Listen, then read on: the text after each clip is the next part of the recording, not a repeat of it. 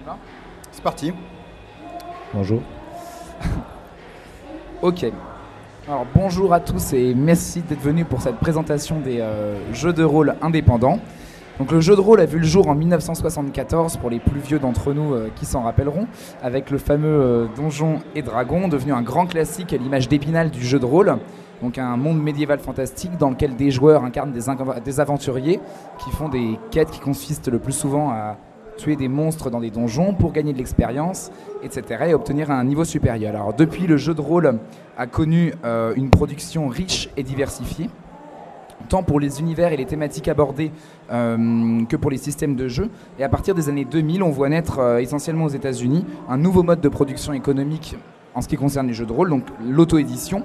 Et donc ces jeux de rôle indépendants, ou indie en anglais, se font petit à petit connaître et on en voit apparaître, y compris en France depuis quelques temps. Et on va se demander aujourd'hui si ces jeux de rôle indépendants constituent un nouvel Eldorado rôlistique, c'est-à-dire une terre encore inexplorée qui peut apporter un souffle à vos parties de jeux de rôle si vous êtes rôliste, et puis plus généralement au monde du jeu de rôle. Donc j'ai avec moi deux spécialistes du jeu de rôle indépendant.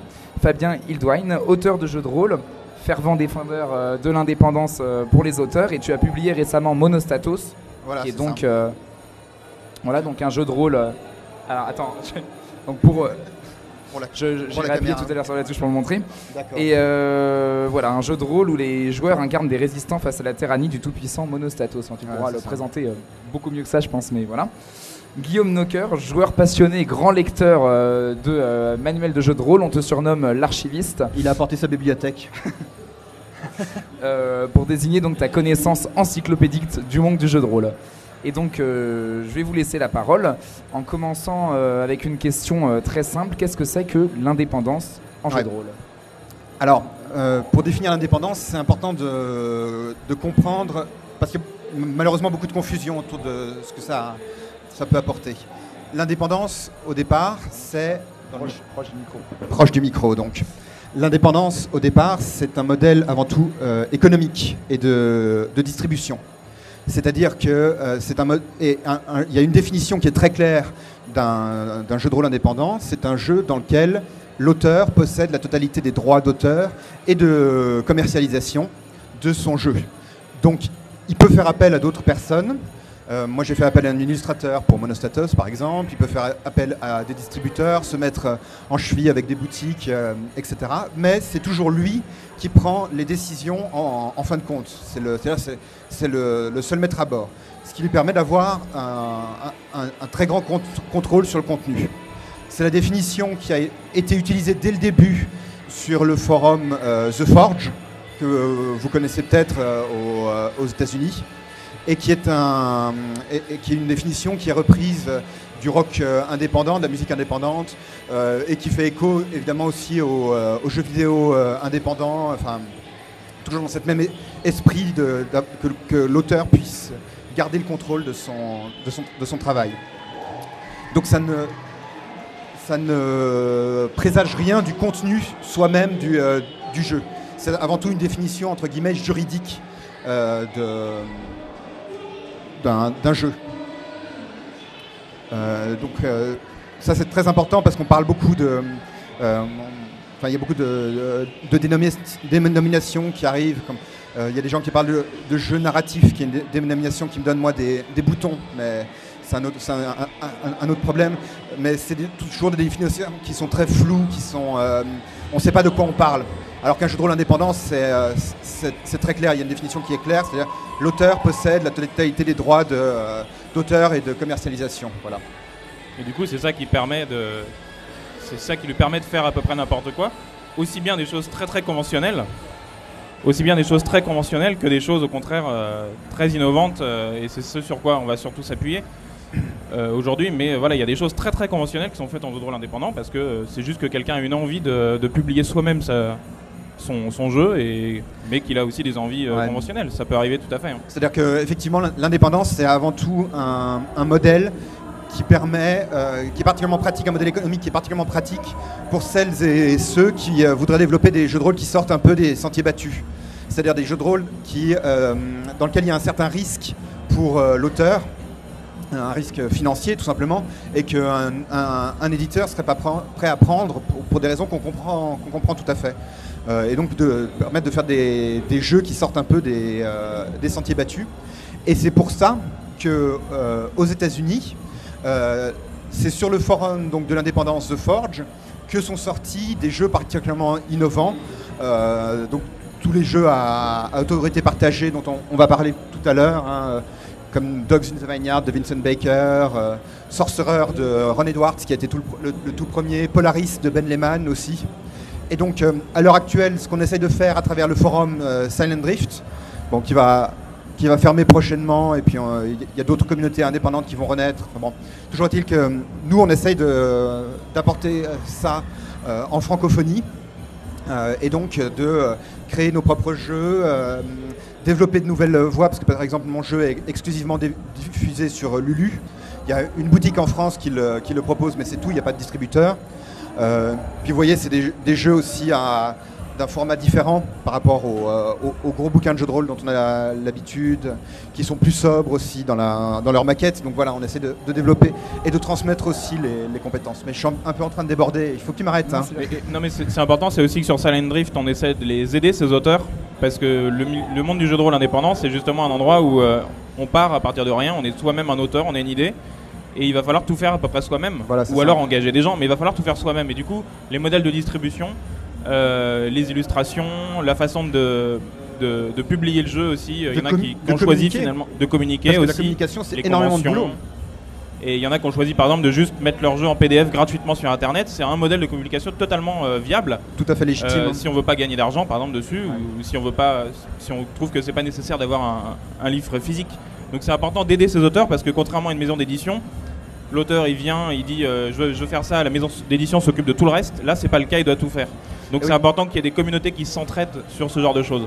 Et je crois ce qui est important de dire aussi, c'est que l'indépendance, c'est, en tout cas dans mon expérience et dans l'expérience des gens avec lesquels je travaille, donc, puisque là j'ai des jeux de rôle francophones, justement Sens de Romaric Briand et Prosopopée de Frédéric Sintès, c'est un modèle qui est économiquement viable, dans le sens où avec mon jeu Monostatos, donc je n'ai pas pris de risque financier parce que je suis passé par Lulu. Donc Lulu, c'est de l'impression à la demande, ce qui fait que chaque exemplaire est édité au moment où on en a besoin pour le vendre. Donc j'ai pas mis un sou.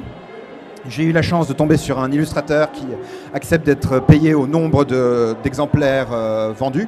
Donc moi, je me suis fait de l'argent. J'ai fait 750 € de marge nette. Avec Monostatos, en ayant vendu 131 exemplaires à date d'aujourd'hui. Donc là, on est fin mai, sachant que les sorties en septembre. Donc, tout ça pour dire que c'est des modèles économiques qui marchent. Moi, je ne peux pas me planter. Je ne peux pas couler financièrement. La seule chose qui peut m'arrêter, c'est j'ai plus envie, quoi. Mais c'est donc pour ça que c'est quelque chose qui s'est lancé en même temps que la démocratisation d'Internet, parce que c'est vraiment permis par la dématérialisation. C'est vrai, oui. Ça, totalement, le fait que tu puisses acheter un livre donc à la demande comme ça et qu'il soit édité. Et les Sorcerers, le tout premier jeu de rôle indépendant, donc qui est sorti en 99, était disponible, tenez-vous bien, sous format texte au départ. Donc vous voyez ce que c'est les affreux bloc-notes que vous avez sur votre... et donc vous écriviez à Ron Edwards en 96 et vous envoyiez ça...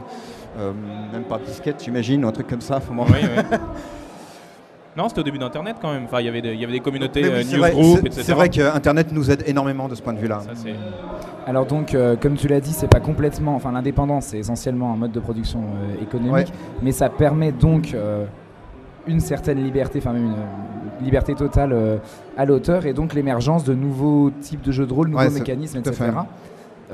Oui, les auteurs ont commencé à développer des choses et à publier des choses, c'est ça qui est important, qui sortaient de l'ordinaire. Et malheureusement, cet ordinaire du jeu de rôle, cet ordinaire est quand même très très restreint à un type de contraintes sociales, à un type de contenu aussi, les contenus très geeks, voilà, les thèmes, la fantasy, la SF, c'est très très restreint.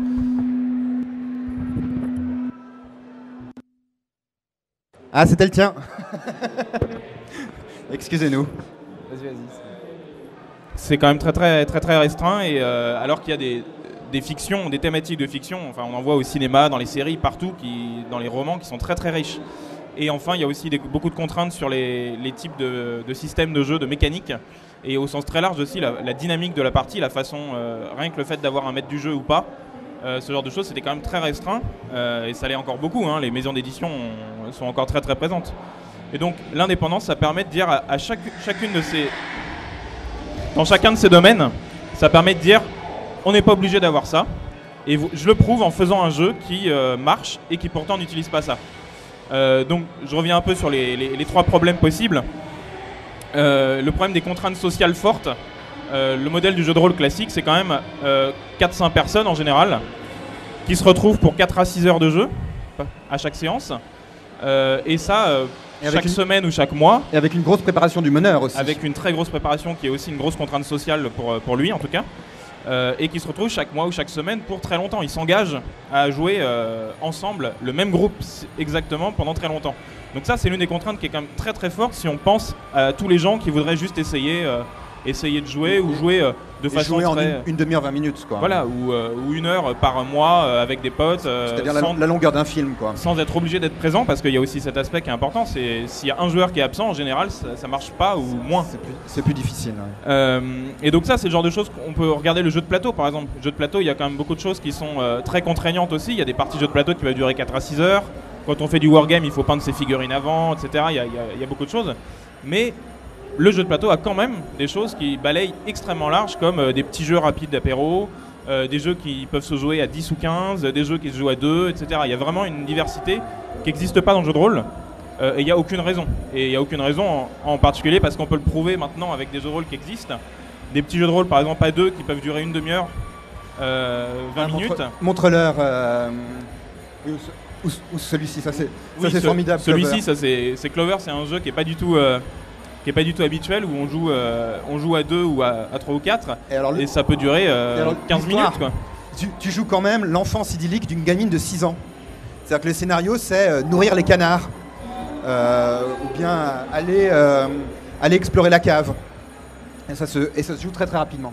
Mais alors donc il y a la contrainte 1 qui est la contrainte sociale. Et il faut faire attention, les jeux de rôle indie, en particulier ceux dont on parle, il y a de tout. C'est-à-dire qu'il y a aussi des jeux de rôle indie qui sont très très contraignants socialement. Voilà, Sens par exemple. En particulier Polaris, qui est un jeu de Ben Lehman qui est assez ancien, hein, qui est du début de l'indépendance. Polaris, c'est un jeu, on joue à 4, pas plus, pas moins, et avec plusieurs séances à chaque fois qui durent un certain temps. Oui, c'est vraiment un jeu en campagne. Donc on peut pas, quand on décide de jouer à Polaris, il y a un joueur qui est absent ou un joueur qui est en trop, de toute façon ça peut pas marcher. Donc il y a de tout, hein. Et il y a un manque, et je dirais même une nécessité, de faire des jeux, non seulement des jeux peu contraignants, des jeux qui permettraient de jouer comme peuvent le jouer des non-gamers, entre guillemets, des gens qui veulent pas s'investir trop, donc rapides, qui ne nécessitent pas un nombre précis de personnes, où on n'est pas obligé de rejouer. Etc. Et la deuxième chose, c'est qu'il faudrait aussi qu'il y ait d'autres types de contraintes. C'est qu'il manque certaines contraintes que certains rechercheraient. Par exemple, des jeux pour beaucoup de joueurs, ça manque énormément. Des jeux pour 15 joueurs, par exemple, ça existe avec le Garou, par exemple, dans les jeux de société. En jeu de rôle, ça n'existe pas. Ou peu. Il y a le GN, à la limite. Des jeux par forum, des jeux spécifiquement faits pour être joués de façon asynchrone, comme ça, comme le forum. Des jeux à 2, évidemment. Des jeux de plein air. Quand je dis jeux de plein air, c'est des jeux faits pour être, et spécifiquement faits pour ça. Des jeux avec un groupe très changeant, etc. Enfin voilà, toutes ces choses des contraintes sociales à changer.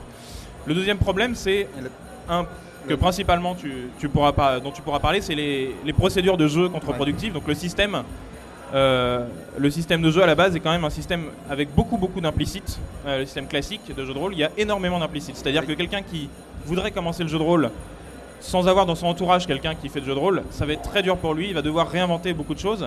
Alors qu'on ne parle pas d'initiation au Monopoly. Enfin, le Monopoly ou un jeu de société, en principe, vous prenez les règles et vous êtes capable de jouer au jeu. Alors, après, il y a sûrement des éléments qui se découvrent après, qu'on peut approfondir, mais... c'est minime quoi par rapport à la base qui est quand même tout le monde sait jouer de la même manière au Monopoly. Là aussi la deuxième contrainte, c'est l'idée qu'il faudrait pouvoir prendre un jeu de rôle et puis en le lisant arriver à jouer immédiatement, arriver à immédiatement faire une partie. Et on ne reste pas confiné à un certain milieu geek. En général, les seules règles qu'on y trouve, ce sont des règles de mécanique de résolution pour savoir qu'est-ce qui se passe, quand est-ce que quelqu'un a le droit de dire ça ou pas. Mais il n'y a pas de dynamique globale, de façon de dire le MJ, c'est ça qui doit décider, etc. un jeu je pense qui est un très très bon exemple et qui a eu un énorme succès outre-Atlantique, mais aussi ici maintenant, qui a été donc traduit par la boîte à eux, mais à la base qui est un jeu de Vincent Baker, l'un des plus grands auteurs de jeux de rôle indépendants. Donc Apocalypse World, c'est un jeu qui paraît très très classique, c'est-à-dire qu'il y a des joueurs, ils peuvent absolument que parler de leur personnage, il y a un MJ, il va décrire des choses, il prépare sa partie, etc. Et pourtant, ce jeu décrit précisément ce que doivent faire tous les acteurs. On pourrait dire, entre guillemets, que Vincent Baker, il a décrit la pratique classique et en même temps, il l'a rendue cohérente puisqu'il l'a cristallisée. Mais dans ce jeu-là, donc, tout est expliqué. Et ça, c'est quelque chose qui révolutionne, même si on ne le voit pas. En partie, d'ailleurs, son succès est dû au fait que les gens ont l'impression que c'est un jeu de rôle un peu classique et du coup, ils l'abordent comme un jeu de rôle classique. Mais je pense que c'est un des exemples qu'on peut écrire de façon totale les règles d'un jeu, faire un jeu complet où on sait à tout moment quoi faire. D'ailleurs, dans n'importe quel jeu de société, tous les acteurs qui sont présents savent exactement quoi faire à chaque instant. Ils savent quelles décisions ils peuvent prendre, etc. Dans le jeu de rôle, sans initiation, sans grande habitude, c'est pas toujours évident. Et même avec des groupes très habitués, il y a des fois des conflits entre deux personnes qui interprètent des règles, qui sont pas sûrs de comment ça doit se passer la suite, ou qui ignorent des règles des fois quand ça va à l'encontre de ce qu'ils veulent. Ça, c'est l'une des pires choses qui puissent arriver et qui arrive très souvent. C'est presque une norme dans le jeu de rôle. On dit souvent, si une règle t'embête, vire-la, comme si c'était la norme du jeu de rôle, quoi. Donc, il faudrait faire des jeux qui balayent plus de techniques et de mécaniques différentes. Et là, j'ai des exemples qui balayent à peu près toutes les techniques qu'on a imaginées jusque-là. Des jeux sans MJ, des jeux avec des mécanismes de fin de partie, dire la partie est finie à tel moment, des jeux où les joueurs cadrent des scènes à la place du MJ, des jeux où il y a des ressources pour avoir le droit de parler à certains moments, etc. Enfin, il y a vraiment de tout qui existe et là je suis sûr que j'en ai dit à peine une toute petite partie. Et c'est surtout des mécaniques qui sont faites pour être cohérentes. Ça a été fait pour avoir un certain effet et c'est cohérent. Et le fait de créer des jeux qui ont plein de mécaniques très différentes, ça va aussi permettre de plaire au plus grand nombre. Puisque ces mécaniques-là, des fois, il y a certaines choses qui ne plaisent pas. Il y a des joueurs, quand on commence avec du jeu de rôle, c'est une anecdote courante, je pense, que tout le monde qui a essayé d'initier sa petite sœur ou une cousine ou son père au jeu de rôle l'a vu.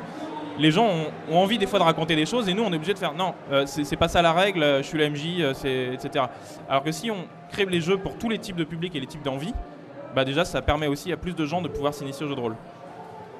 Si tu as quelque chose à rajouter sur ce point, parce que peut-être que ça D'accord, non ? Je pensais, en fait, ce qui s'est passé, c'est qu'au début, je pensais que tu allais faire une synthèse et qu'on allait revenir sur chacun des points, donc je t'ai laissé rouler. Mais...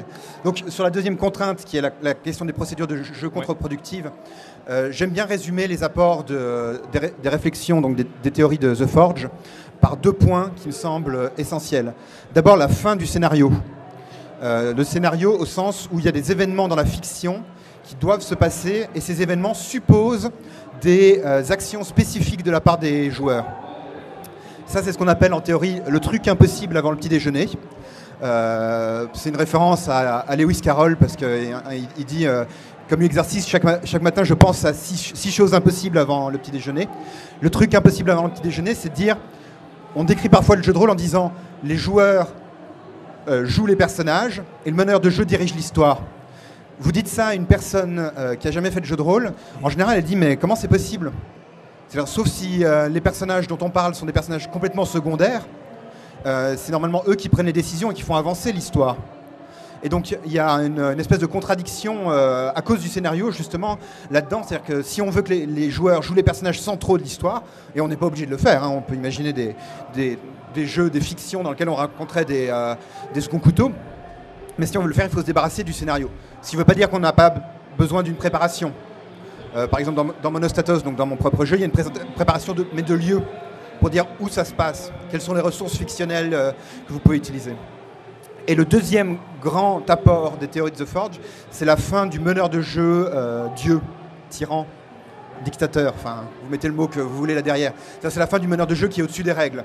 Les règles sont suffisamment bien faites pour que, à tout moment, on puisse s'y référer.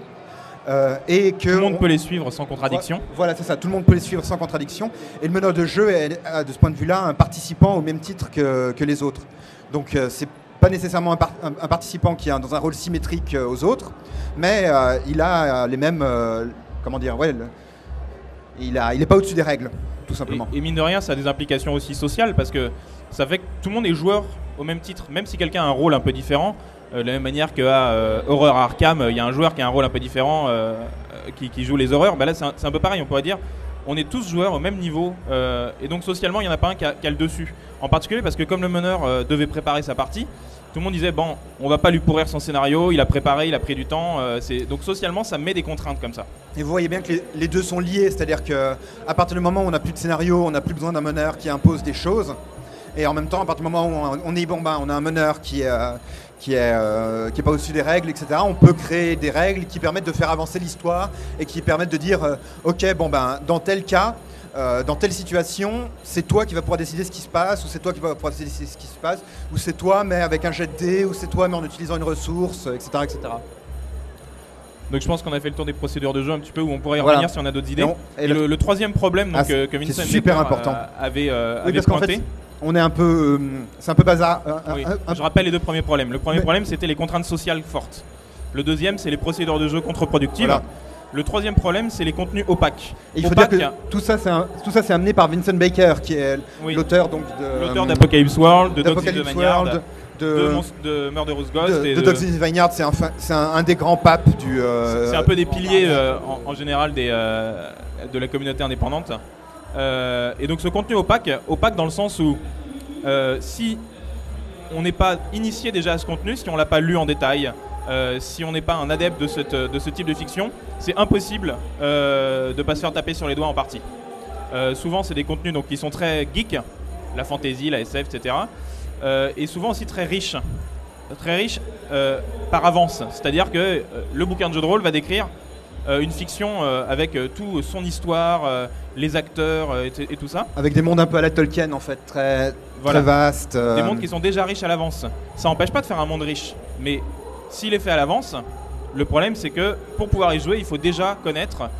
Si on pense à du jeu de rôle de super-héros, si on n'a jamais lu un seul comics, ça va être difficile de s'y mettre. Oui, c'est-à-dire que, pour prendre l'exemple des super-héros, c'est pas nécessairement un univers qui est très vaste ou très complexe, mais il y a des codes particuliers. Il y a des codes, exactement. Vous voyez, un super-héros, quand il rate, c'est toujours particulièrement bien, sauf si, bon, après, on peut jouer avec les codes, hein, évidemment, mais enfin, un super-héros, en général, il est toujours bon dans ce qu'il fait. Il y a un certain nombre de codes, voilà. Si quelqu'un est dans un monde de fantasy, on lui dit qu'il y a un elfe, tout le monde saura ce que c'est s'il est initié à la fantasy. Si c'est pas le cas, c'est de moins en moins le cas d'ailleurs de nos jours avec les films. J'ai une anecdote, moi la première fois que j'ai lu Tolkien, je l'ai lu, je connaissais absolument rien au monde geek ou à la fantasy, et je tombe sur des orques dans un souterrain, avec des haches et des casques, voilà. J'imaginais les baleines blanches et noires avec, vous savez, les dents, ce qui fait que c'était complètement surréaliste, que je comprenais absolument pas ce qui se passait. Les elfes, je pensais aux petits machins avec des ailes de papillon, enfin bon, c'était un truc complètement... Voilà. Je disais, il a pris de la drogue, ce mec, c'est pas possible. Les jeux White Wolf, par exemple, sont très très riches et tout ça, et pourtant se passe de nos jours. C'est ça le pire, c'est que c'est des jeux où on connaît 90% du contenu, mais les 10% qui restent, c'est des choses qui sont très spécifiques, décrites en détail, avec une histoire, toute une histoire du monde spécifique. Dès qu'il y a du surnaturel aussi, il y a des codes qui reviennent, etc. Donc, toutes ces choses-là, ça élimine les amateurs de genre, ça élimine même d'autres amateurs de genre très typés. Il y a des genres qui sont très spécifiques et pourtant qui ne sont pas représentés dans le jeu de rôle. Les mangas, c'est très rare encore, alors que c'est quand même la France est quand même le deuxième lecteur de mangas du monde en nombre pur, quoi. Donc il y a un public. Même le manga, c'est encore un truc relativement geek. Certains mangas, c'est ce que je veux dire. Si tu prends des fictions comme des histoires d'amour, par exemple. Oui. Combien de jeux de rôle vous connaissez qui vous permettent de raconter une histoire d'amour ? Ouais, d'accord. Non, mais toi, c'est particulier. Il y a un mec du grog là. Il y a un mec du grog au fond de l'assistance. Non, mais il y a un jeu qui a ouvert ça, qui s'appelle Breaking the Ice d'Emily Carbos. Je sais pas. Ah, tu dois l'avoir là. Évidemment que je l'ai. Qu'est-ce que c'est mignon ce jeu. C'est vraiment formidable. Hein. Jouez-y. C'est mignon, mais ça peut être drôle. Ça peut être tout ce qu'on veut comme une histoire d'amour. Ça se joue à deux. On peut aussi bien jouer du Roméo et Juliette que du Harold et Maude, vous savez, ce film très, très sombre des années 70, ou bien c'est vraiment formidable. Et on joue les 3 premiers rendez-vous amoureux d'un couple qui se rencontrent, qui essaient de se séduire, avec des gens qui peuvent faire des gaffes. Donc ça se joue explicitement à 2. La partie, à la fin, elle est finie. Quand on a fait les 3 rendez-vous, c'est terminé, etc. Enfin, c'est donc quelque chose qui ouvre des nouveaux genres, des nouvelles thématiques. On peut penser aussi au manque de jeux de rôle qui permettent spécifiquement de faire de l'humour, qui ont des mécanismes autour de l'humour aussi, etc. Il y en a assez peu. Il y en a assez peu. Par exemple, Pirate, qui est un jeu français d'un auteur français, très récent. C'est un jeu qui s'inspire. Moi, j'ai vraiment l'impression de retrouver une BD franco-belge quand je lis ça. Une BD avec des strips en 4 cases, avec une blague à la fin. Et c'est un jeu donc sur les pirates, mais complètement loufoque. Et les mécaniques sont faites autour de ça. C'est vraiment pas juste des systèmes pour savoir si tu touches quelqu'un quand tu frappes avec une épée. Dans un jeu humoristique, c'est pas le principal. Picoler, donc il y a un chapitre sur picoler. Il y a un chapitre sur picoler. Donc voilà, c'est des mécaniques qui servent le genre, mais surtout changer de genre. Donc des jeux qui balayent plus large et qui pourraient s'adapter à peu près à n'importe qui. Par exemple, il y a un jeu qui est sorti qui s'appelle Fiasco, qui a eu énormément de succès outre-Atlantique, mais vraiment, je crois qu'il a dépassé toutes les espérances. Il a été traduit, donc là, je vous montre la traduction. Fiasco, ça permet de faire à la base des films des frères Cohen. Des films où il y a des gens qui veulent faire des trucs grands, qui ont des super idées, des espoirs immenses, mais qui sont pas compétents, qui savent pas se contrôler, qui vont faire n'importe quoi, donc ça va mal finir. Et au final, en étant dans ce genre, on peut balayer énormément de types de films, de romans et de BD, etc., qui peuvent plaire en fait à peu près n'importe qui. Des gens qui sont pas du tout geeks. Pour aller dans ton sens, combien de jeux de rôle vous connaissez qui se jouent exclusivement dans le monde contemporain? Donc dans lequel il n'y a pas de SF, pas de super pouvoir, pas de magie, pas de créatures surnaturelles. Pas de conspiration. Donc, et pourtant, enfin, nos vies sont intéressantes. Je veux dire, il se place plein de choses dans nos vies tous les jours qui sont. Mais il y a qu'à voir le nombre de films et de romans sur nos vies. Alors, il y a quelqu'un qui pense à Cops là derrière. Non, d'accord. Surnaturel, c'est difficile. James Bond. James Bond, t'as l'impression que c'est le monde normal? Oui, mais d'accord, il joue le jeu quand même. Il joue le jeu. Et c'est quoi le deuxième?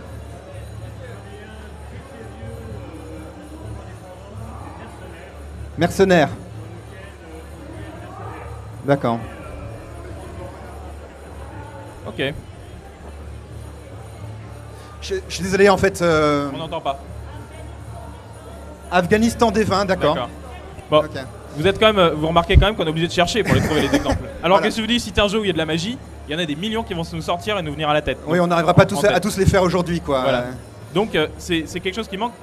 Et Fiasco, c'est par exemple l'un des choses où il y a des tonnes et des tonnes de situations de fiasco qui sont, comme on voit des films dessus, quoi, des gens qui veulent essayer un coup sur une banque alors qu'ils ont, c'est pas des voleurs, comme arnaque, crime et botanique, des choses voilà, comme ça. etc. Et donc ça, c'est des choses qui peuvent plaire à un public beaucoup plus large. Breaking the Ice, d'ailleurs, c'est un peu ça aussi, les histoires d'amour, le nombre de personnes qui regardent des films comme ça ou des séries. Mais on peut aussi faire des jeux qui sont très ciblés, donc qui entre guillemets sont geeks également, mais qui sont d'autres types de geeks. On parlait de manga par exemple, on peut faire des mangas, des jeux de rôle shoujo, des jeux de rôle shonen, des jeux de rôle sur, je sais pas, des séries d'hôpital par exemple comme Urgence ou etc. D'excellents jeux de rôle sur à beaucoup de gens. Alors ça c'est complètement geek, mais ça s'appelle Slay With Me de Ron Edwards, donc à nouveau un des papes du jeu de rôle indie, dans lequel on joue des aventures à la Conan le Barbare, donc avec un monstre et une amante ou un amant. Donc full disclosure, c'est moi qui l'ai traduit, donc oui, je fais de la pub sur un truc, mais je vais faire la pub pour mon propre jeu après, donc j'ai pas de. Et c'est un jeu qui est formidable parce que sur son thème au départ, on a l'impression de jouer un truc. Voilà, la couverture n'est pas extrêmement féministe, malheureusement. On a l'impression de jouer un truc assez geek, entre guillemets, mais ce qui est formidable, c'est que c'est un jeu qui amène sur des thématiques qui sont vachement profondes, notamment les thématiques de la fidélité amoureuse. Et qui sont rares. Et c'est un jeu de rôle qui parle du couple et qui parle d'amour. Alors évidemment, quand je vous ai dit c'est de la sorcerie avec des monstres, ça fait bizarre, mais en réalité, quand vous y jouez au bout d'un moment, il y a des thématiques qui émergent comme ça. Et c'est obligatoire, c'est pas un choix des joueurs de dire. C'est amené très fortement par le système est là, quoi, et fait ça. Donc oui, je parlais de manga. Ça, par exemple, c'est un jeu de rôle qui permet de faire des histoires à la Final Fantasy. Donc des choses qui sont très spécifiques avec des codes, beaucoup de codes sur les invocations, les choses comme ça. Donc ça peut plaire à un nouveau public, un public de gamers, un public d'otaku ou des choses comme ça. Ça, c'est un jeu de rôle pour faire un peu comme Breaking the Ice, mais c'est beaucoup plus typé dans le sens où ça reprend les sim dating. Boy. Sim dating, je crois. Enfin, c'est les jeux où généralement il va y avoir une personne qui va devoir faire des rendez-vous avec plusieurs plusieurs autres personnes de l'autre sexe ou qui lui plaisent en tout cas, et choisir à la fin en disant voilà, c'est avec lui que je sortirai, il va falloir arriver à le séduire aussi. C'est pas nécessairement hétérocentré, hein, Alors, il y a aussi celui-là il est hétérocentré parce que c'est GXB, donc Girls X Boys, mais aussi, le même auteur a sorti les 2 autres versions, BXB et GXG, pour jouer au final n'importe quel type d'histoire amoureuse. Donc ça c'est typiquement quelque chose qui est très manga, même dans ses thématiques, pas que dans les illustrations, et qui donc aurait difficilement vu le jour en dehors de l'indépendance. Et c'est quelque chose de très rapide aussi. Ça, quand je parlais de contraintes sociales aussi, ça se joue en une demi-heure avec des gens qui connaissent absolument rien parce que le système s'explique en 5 minutes. Voilà, c'est le genre de choses qui manquent et qui pourraient plaire à plus de gens.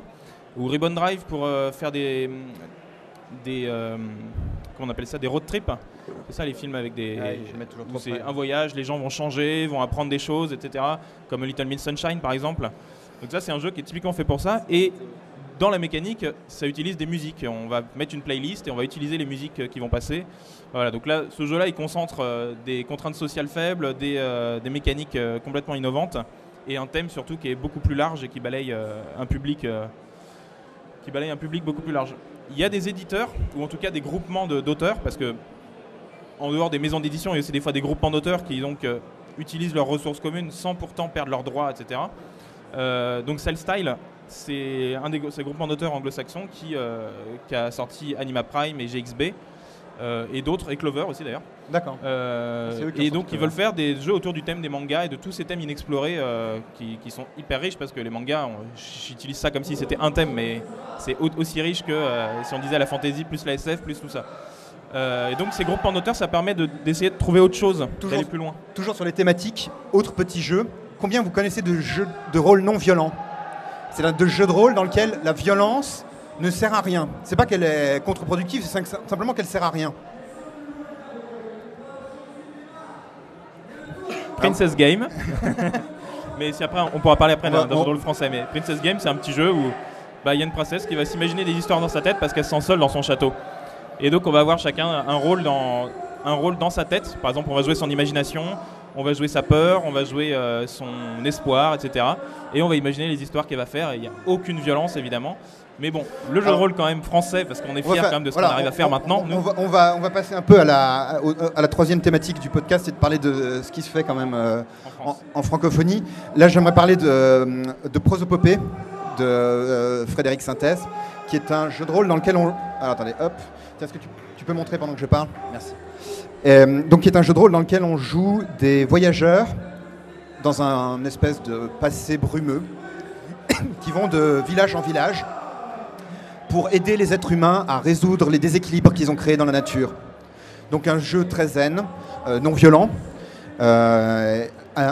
beaucoup à la Miyazaki, et dans lequel donc on joue des vagabonds sages, un peu mystiques. Le cœur de ce jeu, la mécanique qui est au cœur de ce jeu, c'est que à chaque fois que quelqu'un autour de la table va raconter un truc qui est cool, que vous trouvez bien, il y a un tas de dés au milieu de la table, vous avez le droit de prendre un dé et de le donner à la personne pour signifier que vous trouvez que ce que la personne a raconté est formidable. Donc c'est centré sur la récompense, quoi. Voilà. Et en fait, ça va créer toute une dynamique où on va faire très attention avec ce qu'on va dire et on va créer des histoires qui sont magnifiques. Donc des histoires à la Miyazaki. Moi, j'avais créé comme ça des histoires dans lesquelles il voulait construire un château, mais la pierre refusait d'être taillée, alors il fallait parlementer avec la montagne pour qu'elle accepte de laisser passer. Parfois ça donne des trucs un peu plus starbés. Il y avait une fois, il y avait des fourmis qui dansaient pour rapprocher le soleil, pour faire griller les êtres humains sur la terre. Enfin bon, des choses assez étranges comme ça. Et donc c'est un jeu qui est entièrement non violent, puisque les personnes résolvent les médiums résolvent les déséquilibres en parlementant, en discutant, en comprenant. En comprenant, tout à fait. Donc très, très centré sur la contemplation. Voilà, donc ça c'est de Frédéric Sintès, c'est sorti l'année dernière. Je continue sur la francophonie. Alors ensuite, il y a le premier jeu de rôle qui s'est revendiqué comme indépendant en francophonie, qui est Sens Exalogie de Romaric Briand. Donc voilà, attends, hop, comme ça c'est bien. Donc qui est un jeu de rôle à la croisée entre Matrix et Dune en termes d'univers, Donc ça, c'est le côté qui, en général, fait assez vendeur. Maintenant, le côté moins vendeur, c'est que c'est un jeu de rôle qui est profondément inspiré de philosophie analytique.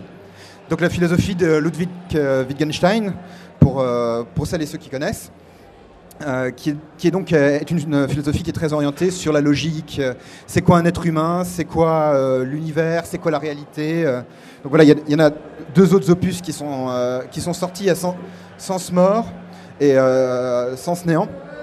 C'est des jeux qui sont c'est un jeu qui est très intéressant dans la mesure où c'est un jeu qui est très traditionnel à bien des égards. C'est-à-dire qu'il y a un meneur de jeu, qu'il y a un scénario. Il y a même un meneur de jeu qui est hyper tyrannique. Donc, Sens, c'est la preuve qu'on peut être indépendant sans être nécessairement dans toutes les théories dont on vous a parlé tout à l'heure. Et qui pourtant interroge justement tout ça. C'est-à-dire qu'il y a un jeu qui se propose de questionner ce que c'est qu'un meneur de jeu, jusqu'où on peut aller, c'est quoi le mélange entre fiction et réalité. Juste une parenthèse. Je disais tout à l'heure que c'est le premier jeu de rôle à s'être revendiqué comme indépendant. Ben oui, parce que si l'indépendance, c'est l'auteur contrôle la totalité donc de son jeu, tous les jeux de rôle amateurs qui ont été créés depuis la nuit des temps, 1974 donc, sont nécessairement des jeux de rôle indépendants. Ils obéissent à la définition d'indépendance. Le sens, la particularité, c'est que c'est le premier jeu de rôle francophone à s'être revendiqué indépendant, à dire... Par choix, etc. Voilà, c'est ça, par choix, à se distribuer lui-même, puisque Romaric Briand a des exemplaires chez lui, il les envoie directement depuis chez lui à Saint-Malo en Bretagne. Donc c'est un fonctionnement comme ça. Et oui, en fait, ça me semble tellement habituel que j'en ai pas parlé pour Prosopopée. Mais Prosopopée, c'est un jeu de rôle sans scénario, sans préparation. C'est-à-dire qu'il y a juste ouais, il y a juste un paradigme au départ à partir duquel on va construire. Et c'est un jeu de rôle sans meneur de jeu. C'est-à-dire qu'on va tout construire les choses ensemble. Il y a des dés quand même, si ça peut vous rassurer. Sans, s'il n'y a pas de dés, voilà, il y a un peu un... Oui, dans beaucoup de jeux dont on a parlé, il n'y a pas de meneur de jeu, ou alors pas ou peu de préparation. Ou alors le meneur de jeu a un rôle très très différent de ce qu'on imagine. Par exemple, ça peut être un rôle de pur antagoniste. Il ne va pas décider de ce qui se passe, il ne va pas prévoir une histoire, les scènes, décrire les cadres. Il va juste jouer prends ça dans ta voilà, il tronche. va juste décrire des choses qui vont mettre des obstacles aux joueurs. Ou alors il y a aussi des jeux où le MJ est plus ou moins incarné. Dans My Life with Master, par exemple, ce qu'on pourrait appeler un MJ, qui en fait en est assez loin au final, c'est qu'il joue le maître des personnages des autres joueurs qui sont tous des larbins, etc. Donc ça, c'est l'un des... Il est assez ancien ce jeu et c'est l'un comme ça qui a essayé de passer au-delà du meneur de jeu. Voilà. Et c'est un jeu de rôle dans lequel on finit par tuer le meneur de jeu, enfin métaphoriquement. C'est-à-dire que les larbins finissent par se débarrasser du maître, qui est en fait le seul antagoniste, le seul personnage du meneur de jeu. Donc il se débarrasse du meneur de jeu. Enfin voilà. C'est pas innocent que ce soit né sur The Forge, ce genre de machin. Et donc pour continuer sur le francophone, je vais vous parler enfin de mon jeu, donc qui est Monostatos, donc qui est un jeu dans lequel de fantasy. Alors pour le coup, c'est aussi la preuve qu'on peut reprendre des thèmes très, comment dirais-je, classiques, même en étant indépendant, parce que c'est un jeu de rôle de fantasy qui est très inspiré de Sword and Sorcery, dans lequel il y a un dieu qui s'appelle Monostatos, qui a tué tous les anciens dieux, et a mis en place un culte autoritaire, disciplinaire, qui s'assure que voilà, l'humanité est protégée, et surtout protégée d'elle-même et de sa propre liberté. Et vous jouez les derniers personnages grandioses qui ramènent de la grandeur dans cet univers. Donc vous jouez des rebelles, c'est un jeu pour jouer des... Ils sont héroïques, ils sont beaux. Ils sont super puissants. Et pour le coup, c'est un jeu dans lequel il y a de la préparation, il y a un meneur de jeu qui est surtout l'antagoniste. Antagoniste, en fait. Et qui est bien présent. Donc, mais en même temps, c'est entièrement un jeu de rôle à autorité partagée, dans le sens où l'histoire se fait au fur et à mesure, simplement parce que les joueurs ont un objectif pour leur personnage d'un côté, et le meneur de jeu essaye de les arrêter avec un certain nombre de règles. On voit qu'il y a des extraits de Nietzsche dans le manuel de jeu. Oui, il y a des extraits de Nietzsche. Moi aussi, j'aime bien de la philo dans mes jeux. Alors, je ne sais pas s'il nous reste encore beaucoup de temps, mais ce serait aussi...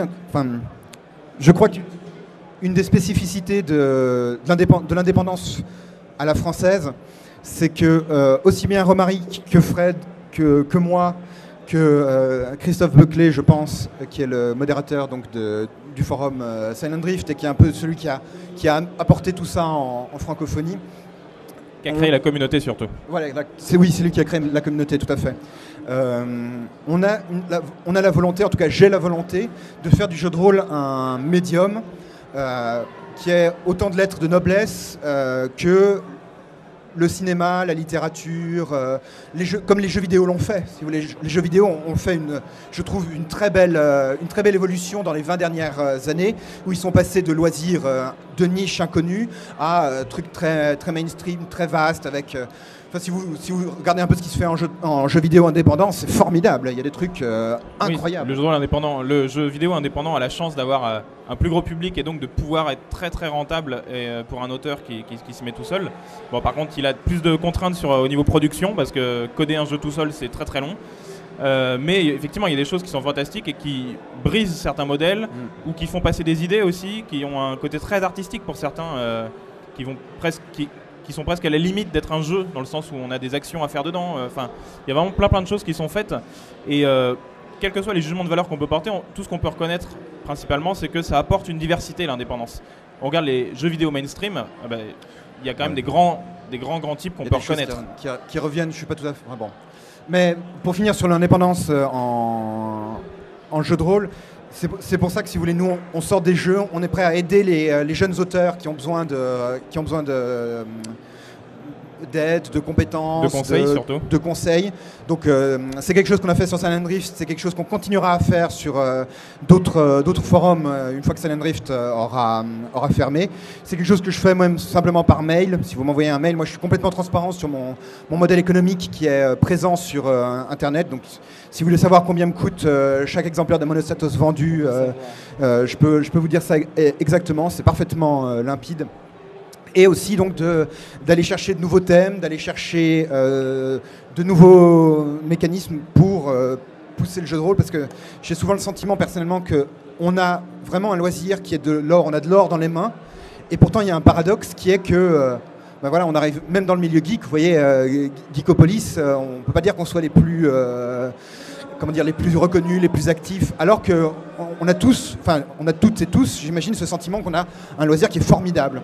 Et il faudrait arriver à transformer l'essai, à en faire quelque chose qu'on puisse jouer avec ses parents. Moi, j'ai joué avec mes parents, avec mes grands-parents. J'ai joué à Breaking the Ice avec des cousins aussi, donc preuve qu'on peut aborder des thèmes assez forts comme ça. Et voilà, donc arriver à faire grandir le jeu de rôle et lui permettre de se développer pour profiter pleinement de son potentiel. Peut-être avant de passer la parole au public, présenter un ou deux jeux du tout-puissant Vincent Baker. De Vincent Baker, j'ai présenté Apocalypse World. Apocalypse World, c'est comme je te disais, les mécaniques en apparence sont très très traditionnelles. On peut peut-être parler de Dogs aussi. Dogs, je ne l'ai pas apporté par contre. D'accord, c'est pas grave. Dogs in the Vineyard, qui est un jeu de rôle dans lequel on joue des mormons au début du XVe siècle, donc de jeunes mormons qui vont de village en village pour chasser le péché et l'injustice. Alors comme ça paraît complètement... Ça, c'est un thème opaque. Ça, c'est un thème opaque. Et en fait, c'est un des jeux de rôle qui a le plus incroyablement marché de l'indépendance. Ils ont vendu 3000 exemplaires, ils disaient. Outre-Atlantique, ouais, c'est ça. Ouais. En France, c'est pas encore sorti, du coup. Et donc, parce que c'est un jeu sur la question de l'utilisation de la violence. C'est-à-dire que vous avez des flingues, vous avez des couteaux, et jusqu'où vous êtes prêt à aller pour faire régner la justice et la loi du Seigneur de la vie. Vertu, ouais. Donc, à la fois, est-ce que vous êtes prêt à braquer quelqu'un pour qu'il arrête de tromper sa femme, par exemple ? Mais est-ce que vous aussi, vous êtes prêt à prendre des coups pour que l'autre arrête de blasphémer, arrête de... Vous voyez, donc il y a un questionnement qui est très très puissant dans ce jeu là-dessus. Et le système le sert, c'est pas juste une question de l'avoir mis dans l'univers et dans les questions à poser. Le système est vraiment très très très bien fait pour que, à chaque décision qu'on va prendre, la question se pose de jusqu'où on peut aller pour faire régner la vertu et la religion. Voilà. Ok, alors est-ce que quelqu'un veut poser une question dans le public ? On a un micro qui ce serait bien de venir poser les questions dans le micro. Ah bah non, il y a... Formidable.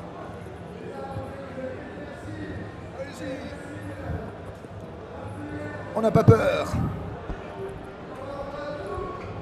Bonjour, est-ce que vous pouvez revenir rapidement sur la façon dont vous mettez en place votre communication ? La communication. pour vendre en définitive. D'accord.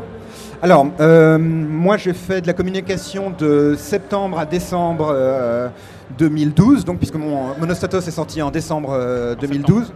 En septembre. J'ai dit quoi, en décembre? Oui. En septembre 2012, donc j'ai fait 4 mois de communication active.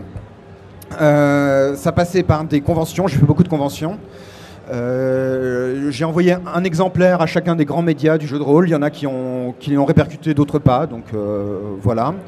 J'en ai parlé également sur le podcast de la cellule, parce que j'y suis très souvent, c'est des amis, ils m'ont fait l'amitié d'un podcast. C'est quand même le podcast qui est le plus écouté sur le jeu de rôle Je crois, ouais. en France. Ils ont des scores d'audience qui sont assez impressionnants. Et j'ai un site internet que j'ai monté tout seul. Je ne suis pas du tout un crack en informatique, hein. Moi, je suis chercheur en sciences sociales, donc vraiment l'informatique, ça m'est assez loin. Et j'en ai parlé sur Silent Drift. Et donc tout ça, ça m'a fait 131 ventes à l'heure actuelle. Voilà. Maintenant, si ta question c'était la qualité de la communication, ça c'est très personnel, mais j'essaie d'avoir une éthique de communication dans laquelle je suis transparent sur tout ce que je sors. Toutes les critiques sont répercutées sur mon site internet. J'y mets aussi des exemples de parties. J'y mets toutes les aides de jeu que je peux trouver. Voilà. Est-ce que ça répond à ta question? Ouais, vas-y. Oui, ça répond à ma question. D'accord. J'irai plus loin en demandant, aujourd'hui j'ai mon sentiment, mais je suis beaucoup moins actif dans le jeu de rôle. Mon sentiment est que le jeu de rôle est beaucoup plus éclaté que peut-être que par le passé. Ouais. C'est mon avis subjectif. Quelque part, de cette époque avant Internet, tous les joueurs se retrouvaient systématiquement dans les magasins de jeux de rôle, dans les MJC, et donc ça me donnait l'impression qu'il y avait une communauté beaucoup plus resserrée, et même si la communication de Grenoble à Paris, de Lille à Marseille ne se faisait pas, au moins localement, il y avait une communication assez importante. Aujourd'hui, les gens ont vieilli, sont mariés, au travail, peuvent jouer effectivement avec leurs enfants, avec leurs amis, mais la population a changé et Internet est venu avec d'autres choses, d'autres loisirs, mais aussi en donnant quelques coups de butoir à la structure qu'on connaissait du jeu de rôle, ainsi que les phénomènes magiques, ce qui fait que le jeu de rôle a eu une période un peu difficile. J'ai cru comprendre que ça allait mieux en ce moment, mais bon, je n'en sais pas trop. Toujours est-il que ma question, c'est comment faire en sorte de toucher le plus grand nombre de personnes et d'avoir une large visibilité. Ta question est intéressante aussi. Donc, moi, comme je l'ai dit, j'ai d'abord fait sur Internet et puis dans les conventions. Ta question est importante aussi parce que un élément auquel je n'ai pas répondu, c'est qu'on n'est pas allé voir les médias traditionnels. J'aurais pu envoyer mon jeu de rôle à Le Monde, par exemple, vous voyez, je l'ai fait pour Philosophie Magazine. Ils ont reçu un exemplaire de Sens, un exemplaire de Monostatos, mais on n'a jamais eu de nouvelles. Donc, de temps à autre, on tente des coups, mais bon, là aussi, c'est des milieux où il faut connaître des gens et c'est pas trop notre. Parce qu'évidemment, ce que nous, on aimerait aussi arriver à faire avec le jeu de rôle nous, c'est arriver à sortir un peu d'une certaine sphère où on se connaît, mais justement, il faut arriver à toucher d'autres personnes, quoi. Et donc tout ça passe par tout ce qu'on disait tout à l'heure, quoi, d'autres thèmes, des contraintes sociales plus faibles, etc.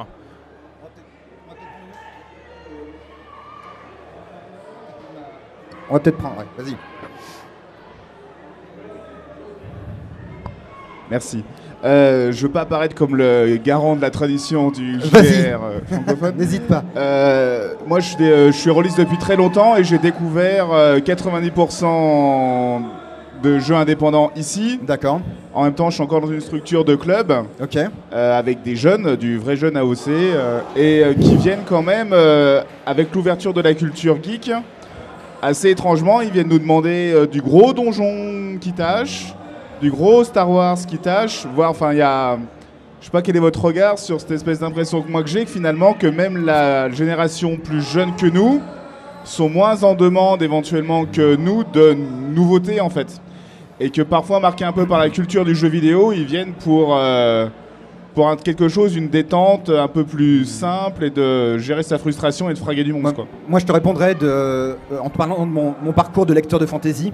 J'ai commencé vers 12 ans en lisant Mon prof est un extraterrestre, ou Les Fais-moi peur, ou les trucs comme ça. J'en vois qui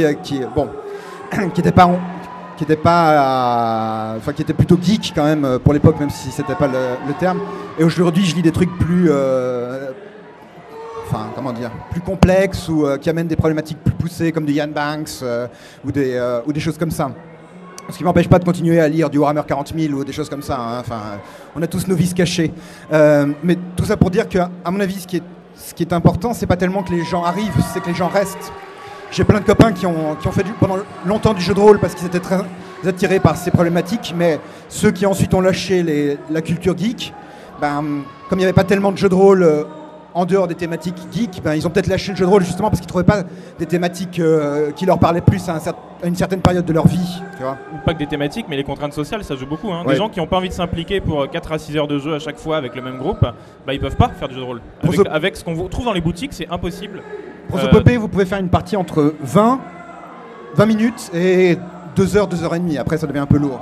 Mais pour dire qu'on peut faire des trucs à la longueur d'un film qu'on se regarderait entre amis, quoi, pas plus. Oui, voilà, faut se poser la question du nombre de gens qui sont capables de mettre plus de temps pour une soirée, par exemple, que la longueur d'un film. Alors, il n'y en a pas beaucoup. La plupart des gens, c'est on se regarde un film, on va au ciné, on revient et c'est fini. 4 à 6 heures de jeu autour d'une table avec des règles en plus qui sont parfois implicites et où on va passer du temps à faire autre chose que ce qu'on avait imaginé pour la partie, c'est long. Donc je pense que ma réponse à ta remarque, c'est vraiment ça. C'est pas tellement que les gens arrivent, c'est qu'ils restent après. Tu vois, qu'on leur propose des trucs qui peuvent être satisfaisants à d'autres époques de leur vie. Mais c'est vrai aussi que pour les gens arrivent, il faut faire des contenus qui peuvent attirer d'autres types de publics. Il faut faire le plus grand nombre de contenus possible, dont du contenu geek. Hein. Il faut continuer à en faire, c'est sûr. Le jour où j'arriverai à faire jouer régulièrement mes grands-parents, qui ont 80 ans tous les deux, ce serait une belle victoire. J'y suis pas encore arrivé.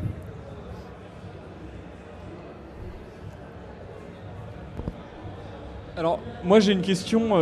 Justement, vous disiez en boutique, on ne trouve pas ces jeux-là. Comment on peut se procurer ces jeux-là? C'est exclusivement sur Internet ou Alors, il y a une maison d'édition française qui a commencé à faire de la traduction de jeux indépendants américains. Donc, par exemple, Breaking the Ice. La boîte à eux. Voilà, c'est la boîte à eux.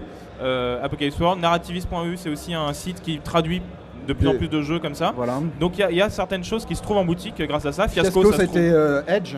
C'est Edge Entertainment qui a traduit Fiasco. Ça se trouve en boutique, Fiasco. En boutique spécialisée toujours, hein. On parle de boutique de jeux de rôle. Pour les autres, en général, ça se trouve sur Internet. Alors pour les jeux de rôle francophones, effectivement, ça se trouve sur Internet. Soit tu tapes le nom du jeu, tu tapes jeu de rôle indépendant, il n'y en a pas des milliards de sites. Hein. Le mien se trouve sur Lulu, Prosopopée se trouve sur Lulu, Essence, tu envoies un mail ou un paiement à Romaric Briand et puis il te l'envoie depuis sa Bretagne natale. La raison pour laquelle moi je ne suis pas en boutique, j'ai absolument rien contre les boutiques, c'est un problème d'ordre financier. C'est-à-dire que pour avoir 5 exemplaires de Monostatos dans toutes les boutiques de France, il faudrait que j'en tire, je dis un chiffre au hasard, mais quelque chose comme 500. Et 500 exemplaires de Monostatos, c'est un risque financier que je ne peux pas prendre. Et je sais que je ne vendrai pas 500 exemplaires de Monostatos, même en étant en boutique. Donc, en général, moi j'ai pour règle que les boutiques qui me le demandent, je le fais. Mais je ne peux pas le faire de manière systématique. Le jour où ça marchera du feu de Dieu, on changera, mais pour le moment... Bon, alors, toujours sur les contraintes, toujours sur les contraintes, il faut voir aussi que c'est des jeux qui coûtent... Monostatos coûte 15 €. Donc avec la TVA et les 5 € de frais de port de Lulu, on s'en sort pour 21 € le jeu de rôle complet, univers, création de personnages, 10 scénarios, etc. Donc là aussi, c'est des jeux qui demandent beaucoup moins de lecture, beaucoup moins de préparation et un investissement financier beaucoup plus modeste. C'est aussi pour ça que la maquette de Monostatos est assez sobre, volontairement, parce que je voulais pas faire un jeu qui coûte des milliers et des cents à mes lecteurs. Quoi. Voilà. Il nous reste 5 minutes pour une ou deux questions. On va dire une question, comme ça on pourra... Une question.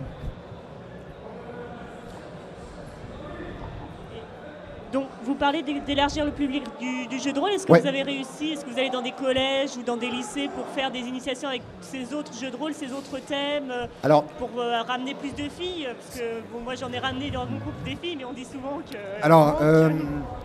Pour ce qui est des collèges et des lycées, on est 3 auteurs indépendants en France. Oui. Hein, donc, on n'est pas une grosse structure qui peut les faire. auteurs, mais les joueurs de. D'accord. Oui, enfin, ça doit faire. Les joueurs réguliers, ça doit faire entre 50 et 100 personnes en France, tu vois. Donc, on dit que le jeu de rôle est un marché de niche. Ben, je pense que c'est des gens qui ne connaissent pas le jeu de rôle indépendant. Pardon. Maintenant, pour les femmes, c'est vrai que c'est un problème qu'on se pose énormément. Parce que le jeu de rôle est un milieu qui est extrêmement. Enfin, comme la culture geek, je dis ça à Geekopolis, hein, mais qui est un milieu qui est sexiste, qui est très hétéronormé, c'est-à-dire assez homophobe pour dire les choses clairement. Je dis ça parce que moi je suis militant féministe, donc je connais ce genre de problématiques. Et on essaye... Alors la difficulté c'est de ne pas dire on va faire des jeux de rôle pour filles, parce que je trouve ça absolument affreux. C'est tout aussi sexiste. Parle dans le micro. Oui, parce que quand on voit les jeux vidéo pour filles, Rose, Barbie, pas trop difficile, parce voilà, que les pauvres filles, elles peuvent ou pas faire des jeux difficiles. Hein. Les Lego pour filles, où c'est tout en violet, ça c'est affreux. Donc, ce qu'on aimerait arriver à attirer un public féminin, mais en même temps, c'est pour ça que moi j'ai pris un certain nombre d'engagements, si vous allez sur mon forum sur Sun & Drift, et un des engagements que je prends, c'est de veiller activement à ne pas être sexiste, bon, et aussi à ne pas être raciste ou homophobe. Mais à le faire activement, parce que parfois on peut... Il y a des illustrations qui sont... où la femme est un objet sexuel. Regardez les couvertures de jeux de rôle, ça pose un vrai problème. Et il y a un problème aussi, je crois, de comportement, mais là ça c'est très difficile à changer pour nous. C'est un truc que chacun doit faire individuellement, qui est que j'ai une amie, où un jour elle vient en convention, et puis elle dit, bon ben ok, moi je vais faire... meneuse de jeu, je sais plus ce que c'était comme jeu Cthulhu, il me semble. Et il y a quelqu'un qui fait non, écoute, je peux pas jouer avec toi, tu peux pas être meneuse de jeu parce que tu as une voix de fille, tu peux pas faire les voix graves. Donc est-ce que ça veut dire qu'un homme peut pas faire les voix hautes? Enfin bon, il y a eu des anecdotes comme ça, j'en ai des kilomètres. Hein. Si vous voulez, on fera un florilège. Mais par contre, c'est vrai que tu soulèves quelque chose d'important, c'est qu'il faudra arriver à activement aller chercher d'autres gens parce que on a publié un jeu de rôle, ben, les gens à qui ça s'adresserait potentiellement, ils ne le savent pas. Le jeu de rôle Breaking the Ice, si t'es pas adepte déjà du jeu de rôle, et en particulier les jeux de rôle indépendants, t'as aucune idée de son existence. C'est tout à fait vrai. Hein. Mais ça, il faut des moyens pour ça, il faut communiquer. Et dans d'autres milieux que les milieux classiques, et ça c'est vraiment difficile, il faudrait des associations pour ça. C'est là qu'on a besoin de vous, cher public. Non mais c'est vrai, on peut pas faire... Enfin, un des trucs qu'on se dit souvent, c'est qu'on peut pas tout faire tout seul. On peut pas... Micro, parce que sinon ils n'entendent pas. C'est juste rapide. La Fédération française des jeux de rôle, elle devient quoi, elle? Je ne suis pas la Fédération française des jeux de rôle, donc non, elle je existe toujours. Je crois surtout qu'elle n'est pas très présente. Il n'y a qu'à voir dans les conventions. Elle a eu ses lettres de noblesse, mais là. Je me désolidarise de tout propos concernant la Fédération française des jeux de rôle. Pour les défendre, moi je peux dire juste un truc ils ne veulent pas être complètement associés à l'image de geek qui est associé au jeu de rôle, et c'est une des raisons pour lesquelles ils ne sont pas présents aujourd'hui, par exemple. D'accord. Voilà. Ok. D'accord. Bon, bah merci. Ça clôt le débat. Nous on va rester encore, donc si vous avez des questions, si vous voulez discuter avec nous, c'est toujours avec plaisir. Je vous remercie beaucoup tous les deux, et puis le public d'avoir été présent, d'avoir posé des questions. Merci à vous.